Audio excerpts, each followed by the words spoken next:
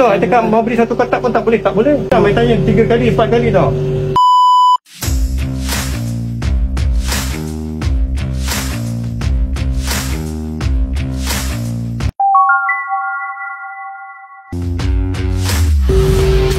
Banyak ke ni?